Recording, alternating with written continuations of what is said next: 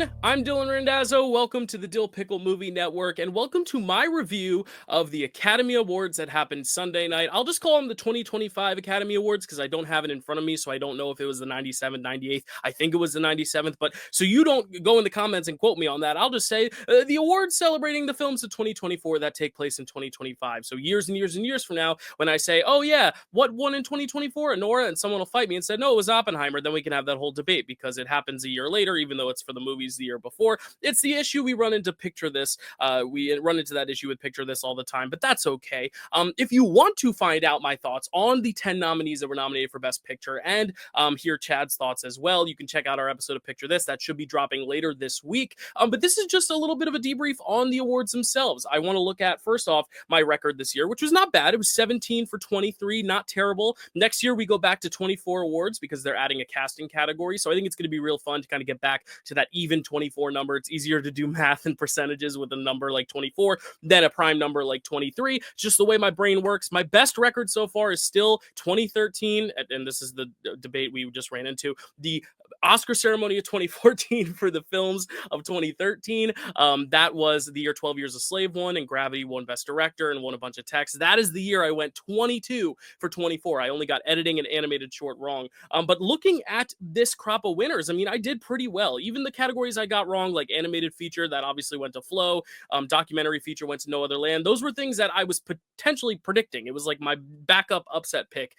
Some of those picks were upsets. Like I thought Porcelain War would upset No Other Land because I thought No Other Land would be too controversial, but cool on the Academy, cool for awarding that. That's a really bold swing. It shows that they're not scared to hide behind an easy topic or a difficult topic, I should say.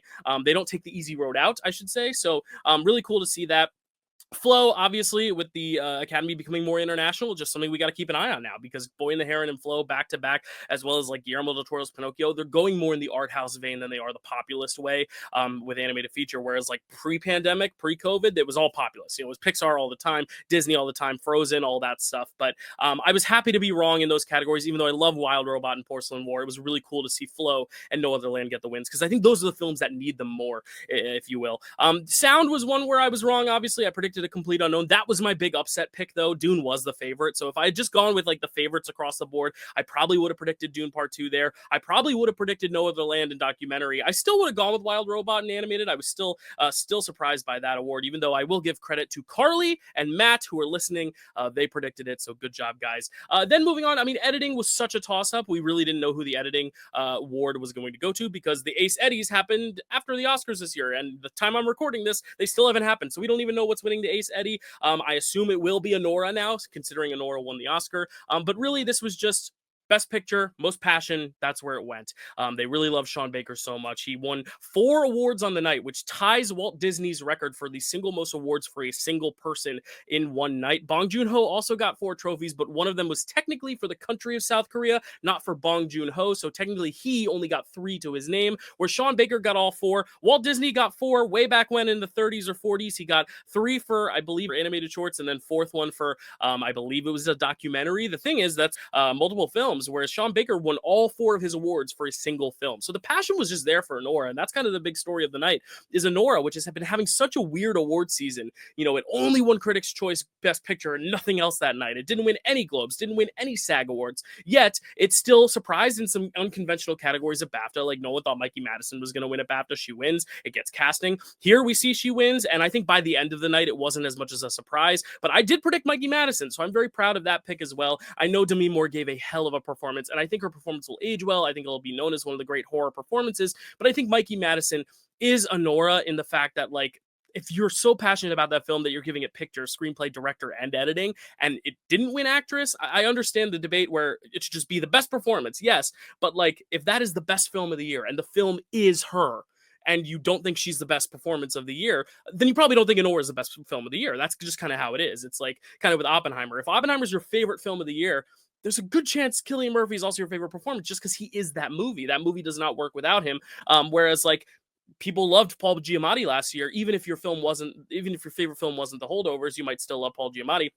But if your favorite film was The Holdovers, you absolutely probably pick Paul Giamatti. That's just kind of how it goes sometimes. The films you were most passionate about, you're probably really passionate about those actors. We saw that with Everything Everywhere All at Once. Michelle Yeoh didn't win a lot of precursors compared to Cate Blanchett, but it didn't matter because more people loved that movie. So I think going forward for actress, we just have to kind of look like, okay, if there's a 50-50 race, who's in the more passionate movie? Emma Stone was in a more passionate movie last year with Poor Things than Killers of the Flower Moon was. So I think that's kind of what we have to look at when we look at the actress category or any of the acting categories going forward. But everything else was pretty much a sweep in terms of acting awards. Adrian Brody only losing SAG, but pretty much sweeping the rest of the season. He had a very long speech. You know, it started off really strong first half. It built to a musical peak in the middle. He shut down the music. There was a little intermission. And then the second half, a little controversial, but very dense, very meaningful.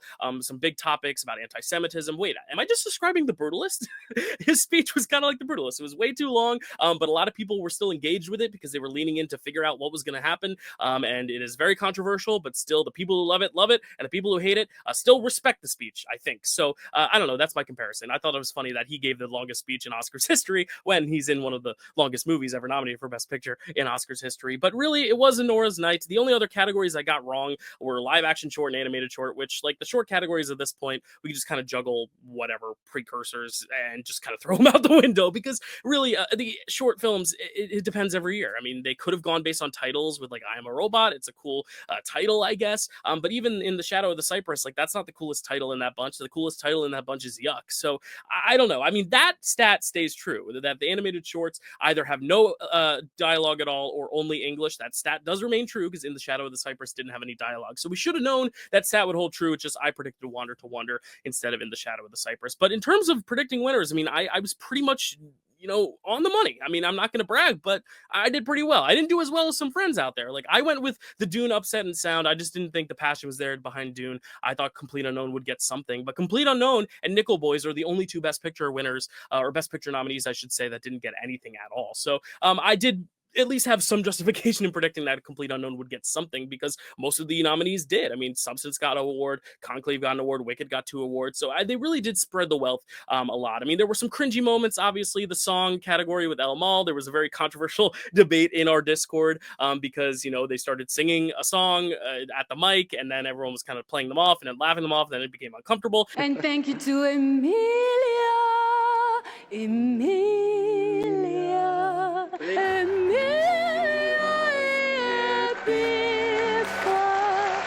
And then the guy who won the score for The Brutalist came up and basically made fun of them on the microphone. Mona and Ada are my friends at Cafe Otto.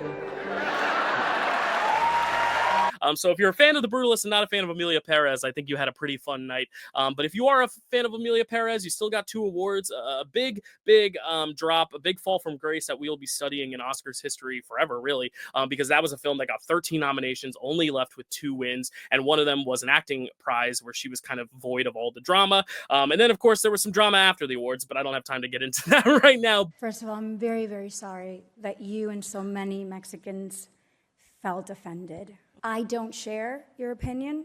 For me, the heart of this movie was not Mexico.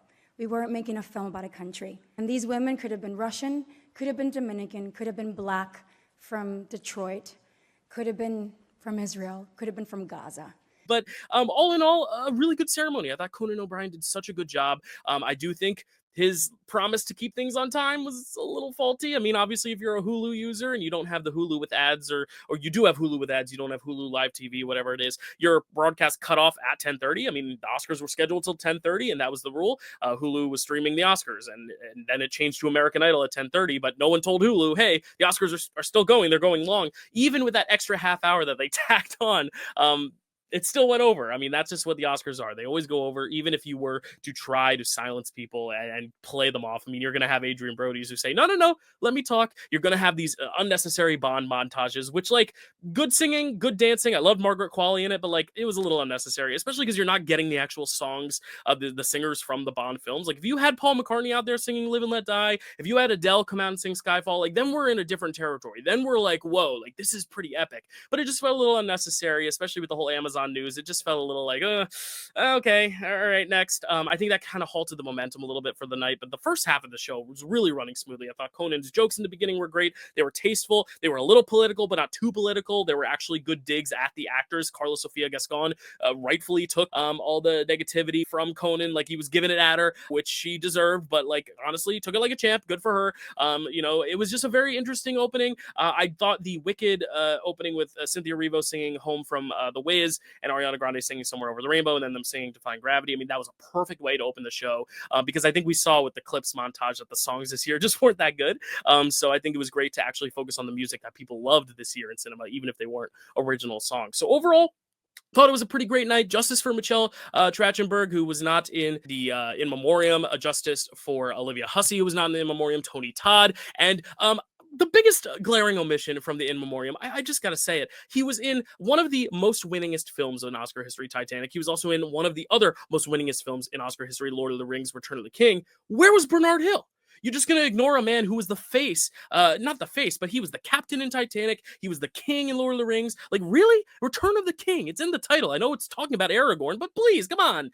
Put Bernard Hill in the in memoriam. Anyway, weird song choice. Obviously, it is a Requiem, Mozart's Requiem, so it's supposed to be to honor the dead, but it just kind of had a weird, sinister vibe, just the way it was sung. It just wasn't the type of in memoriam you're used to seeing. If you want to see a great in memoriam, I was very proud of the one I did for the Pickle Awards, just saying. I'll link it up there. But otherwise, a really good night. Like, I didn't think it was very controversial. Obviously, a few digs at some actors. There was a great dig at Drake. Obviously, the Kendrick dig from Conan.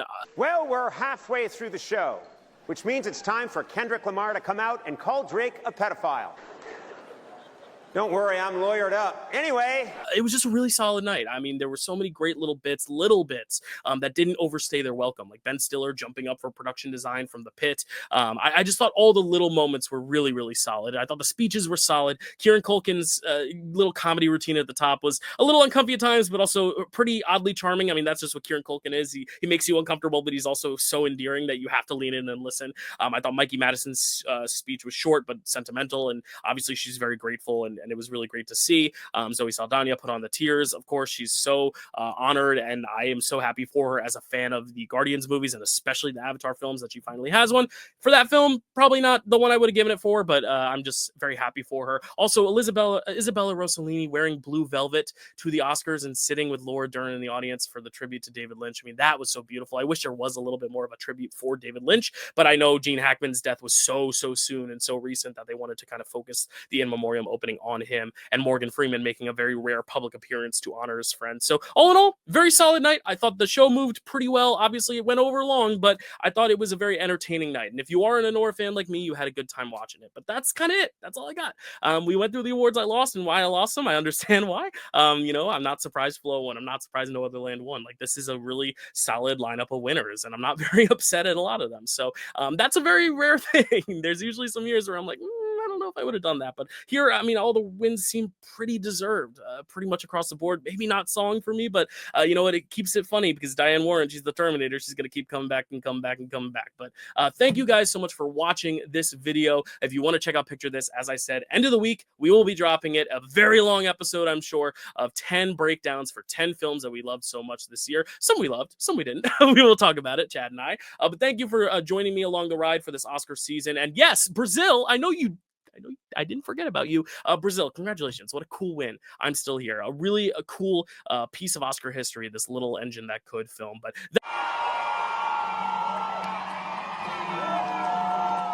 that is it for me. Thank you guys so much for watching, and we'll see you next time.